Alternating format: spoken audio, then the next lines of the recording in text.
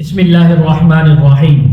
آج اس ویڈیو میں ہم بات کرنے والے ہیں خواب کے اندر کھیرا دیکھنے یا کھانے کے متعلق جتنی بھی تعبیریں ہیں تمام تعبیریں بیان ہوں گی۔ ویڈیو کو آپ نے مکمل دیکھنا ہے۔ حضرت علامہ ابن سیرین رحمۃ اللہ علیہ فرماتے ہیں اگر کوئی انسان خواب کے اندر کھیرا دیکھے، کھیرا کھائے یا کھیرے کی فصل اور بیل دیکھے تو اس بات کی علامت ہے کہ رب تعالیٰ اس انسان کو بہترین روزی اور نعمت عطا فرمائیں گے اور اس کا کوئی رکا ہوا کام پورا ہوگا اور اس کی کوئی دلی مراد ہے، کوئی چاہت ہے، کوئی خواہش ہے، رب تعالیٰ اس کو بھی مکمل اور پورا فرما دیں گے۔ کیونکہ حضور علیہ السلام کی ایک بہترین حدیث اور فرمان ہے ما اطیب کا وما اطیب ریحتی کا، یہ کھیرے کے بارے میں فرمایا کہ یہ کتنی تو کیا ہی پاکیزہ چیز ہے اور تمہاری خوشبو کیا ہی اچھی خوشبو ہے۔ سبحان اللہ، جس کے بارے میں رب تعالیٰ کے محبوب فرما رہے ہوں تو کیا ہی پاکیزہ چیز ہے